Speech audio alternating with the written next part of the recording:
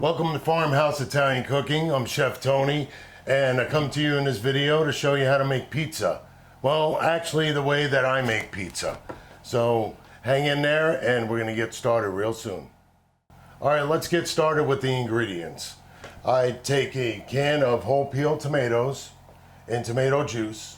If you want a sauce a little thicker, get it whole peel tomatoes and tomato puree, okay? I take garlic cloves, the little ones in the middle that I don't like chopping up because they're so small. I just peel them and throw them in here because I'm going to blend them up anyway. It's a good way to use up the small ones that you don't want to chop up because they're a hassle. I have basil here, dried basil, sweet basil I got. And I have oregano, dried oregano, half as much oregano as I do basil, approximately. This recipe right here is going to be to your taste. If you like it really garlicky, put more garlic. Basil, oregano, same thing. You know, as you're doing it, you smell it and you can taste it. And if you like it that way, you want to add something, it's all up to you, okay? But something that I do is because this is an uncooked sauce that I'm putting on my pizza, and a lot of times the tomatoes, they come acidic. So believe it, I put a little sugar in there. Now the sugar is not to make it sweet, don't get me wrong. I'd rather have savory than sweet any day. But the sugar will take that tinny, acidic taste out of the raw tomatoes that are in the can. And we get canned tomatoes because they're more consistent. You get a way that you season them, that you get them that they taste right. Getting the can is the way to keep that consistent. So I just take these ingredients and I do it right in the can. I took out a couple of tomatoes so I'd have room to do this, and I put all the ingredients right in the can, less 3 tomatoes I took out, just so it doesn't splash all over me, you know, and a little bit of sugar. I take my stick blender on high, and I go slow to get started. It's gonna go all over you, okay? You know? And then just tap it on your way down. And then when you get to the bottom, you can open it up.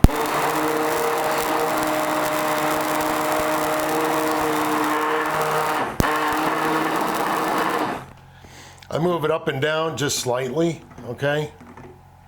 Just so I can be able to get the tomatoes. And then I'll just take a whiff of it, or I'll taste it. I can smell, that's what I want. It's still a little acidic. I'm gonna make sure I'm gonna use all the sugar I had here, okay? And a little bit of the garlic got away on me, all right? So I'm putting all of those in there. And I'm gonna knock it down a little bit more. Now the stick blenders are go to pull down on the bottom of the can, and anything that you blend, it goes to pull down because the blade's spinning so fast. So just be ready for it and just hold back on it. You know, tilt it back a little bit, it'll keep it from getting stuck on the bottom. Now what I like is it chops up all the seeds too, because I don't want seeds on my pizza, okay? So that's how we make the sauce. And in a moment, I'm gonna show you how to lay out the dough and keep it from sticking to your peel. So hang in there, all right? All right, I have my dough here. Some bench flour, which is flour that you use to put on your bench. And I have semolina flour, semolina #1. It's a little grainy, sandy, and show you what we're gonna do with that. We're gonna use that for a little trick.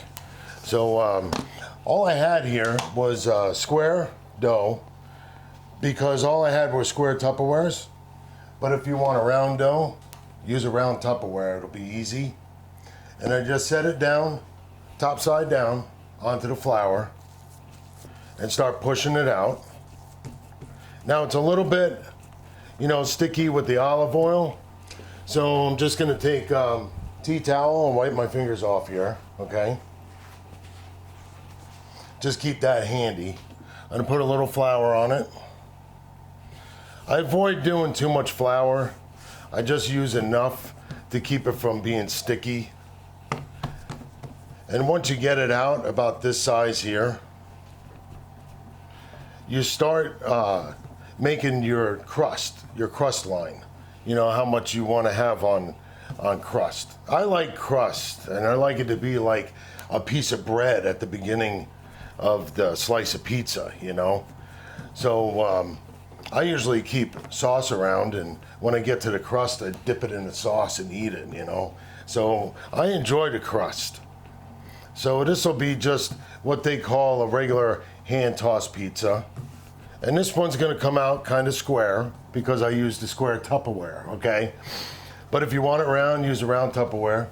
Some people just make up the dough balls and put them in a tray and, you know, let it rise in a circle. And that's okay, that works as far as keeping a circle, okay? So I'm just gonna pick it up here and kind of get it to stretch a little bit. And this dough is at room temperature. It actually makes it easier for you to stretch your dough out, okay, when you're making a pizza. And this is a personal size. This is a third of the dough recipe that I show you in my other video, okay? So you can make 3 of these, 2 regular size pizzas, which will probably be like, I'd say they'll come out to be about 15 inches. This one is gonna be in the neighborhood of 10 to 12, which is like, you know, personal pizza size, you know? So I just keep away from that edge so I can have a crust, and I'm just stretching it out. And like I said, it's gonna be kind of square because of the way that I let it rise, and that's okay. I mean, homemade pizza rarely is round, but if you're really, you know, OCD about it, you can get it round and do it in a round Tupperware, you know, and I understand, I don't judge, not at all, ever, pizza or otherwise. All right, so it's out far enough, and because this dough has olive oil in it, and you'll see it in the recipe, it makes it softer and easier to spread, okay? Now, you can either just do this right in the pizza pan if you're comfortable with that. If you want to get into it and get a peel, which is what this wooden thing is, take some of the semolina #1 that's kind of sandy and put a little bit on your peel. Just a little bit. Because what it's going to do, it's going to help you slide your pizza off when you're done, okay? So I take the pizza, set it on there, and you can see it'll slide all over the place. Even after I put sauce on it and cheese. So we're gonna have to shred the cheese and get it ready because I forgot to do that. So just hang in there with me and I'll be right back. All right, I got the cheese grated, and I grate my own cheese because grated cheese in the package has something sprayed on it to keep it from clumping. And it's just a chemical. I don't know what it is, but to tell you the truth, if I can cut down on chemicals I put in my recipes, I will. So I get a block of cheese and I grate it. What kind of cheese? This is Swiss cheese and Monterey Jack. And I think that it's gonna be a good combination. Swiss cheese will be a little bit firmer. It won't stretch as much. Monterey Jack will have that stretch. And then with the Swiss cheese, it'll have that bite to it, you know, a little flavor. So we can build some flavors on our pizza, okay? So the good thing is I went, shredded some cheese and everything, came back. This has been sitting on the peel the whole time, and it's not stuck because I have it sitting on the semolina #1. And if you don't have semolina, you can use corn, you know, flour that's a little grainy, you know.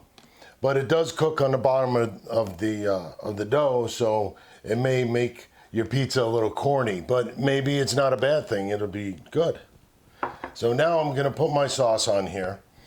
The amount of sauce is really up to you to a point, okay? I like sauce, and I like the flavor of the sauce, what it does for the pizza, and I put as much as I can without going overboard.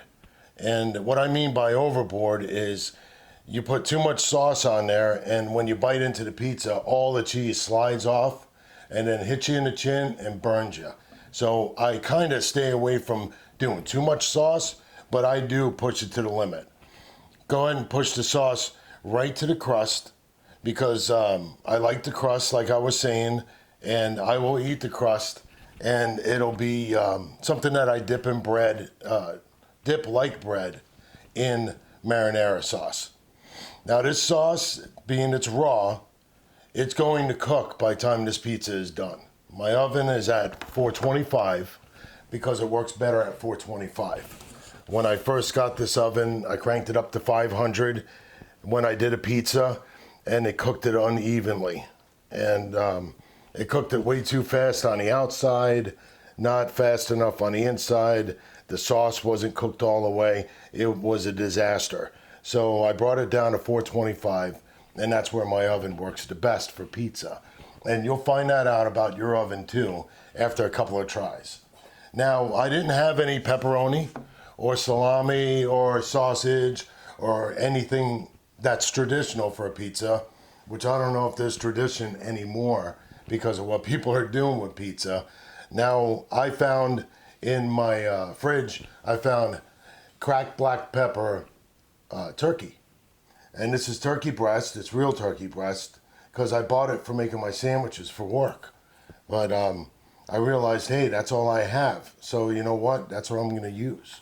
So whatever you have, you know, that's really anything that you want to put on a pizza. I mean, you could put peppers and onions and just anything. Just balance out your ingredients. You know, don't go too heavy on the toppings, because at a certain point, you start making a casserole, okay?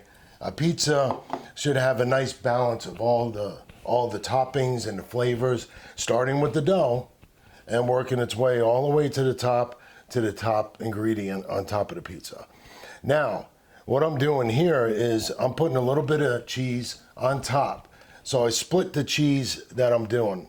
I put down my sauce, half my cheese, and then my toppings, and I would put all my toppings, and then just a little bit more cheese, and it'll hold the toppings on there so they don't come loose when you're going to eat it or cut it or something like that. It holds it together very well, okay? So at this point, I have my pizza made up, and what I'm gonna do is I'm gonna slide it in the oven. When it comes out of the oven, I'm gonna show you how it came out, and you guys be the judge. Thanks for watching, hang in there. All right, welcome back. The pizza's ready to go. I'm gonna get it out of the oven, all right? And when I put it in the oven, I kind of bumped one of the corners. So it's not perfect, but whoops, almost lost it. How about that? That would have been a disaster. I'll tell you what, I probably would have showed you anyway, because no one's perfect, all right? Oh, and I have parsley that I cut ahead of time. I cut a lot of parsley, fresh parsley, Italian flat leaf, ahead of time. Then I leave it out on the counter and I let it dry out so I can have some fresh parsley, okay? A little parsley on it just gives it a touch that I like, you know? You could put oregano or anything else that you like, or even Italian seasonings you could just put on there, anything that you like, you know, just to give it that flavor after it comes out of the oven, but do it rather quick while the cheese is still wet, you know? So I bashed the corner a little bit, but she came out good. She's got a nice brownish, not too dark on the crust. It's gonna be nice and crispy, you know, and I could dip it in the sauce. So that's pizza, the way that I make it. And if you're interested in our videos, you like what you're seeing, please subscribe. And then when the video comes out, you're gonna be notified. And we're trying to get more out more often, and we're working on it. So thanks for watching, and you have a great day.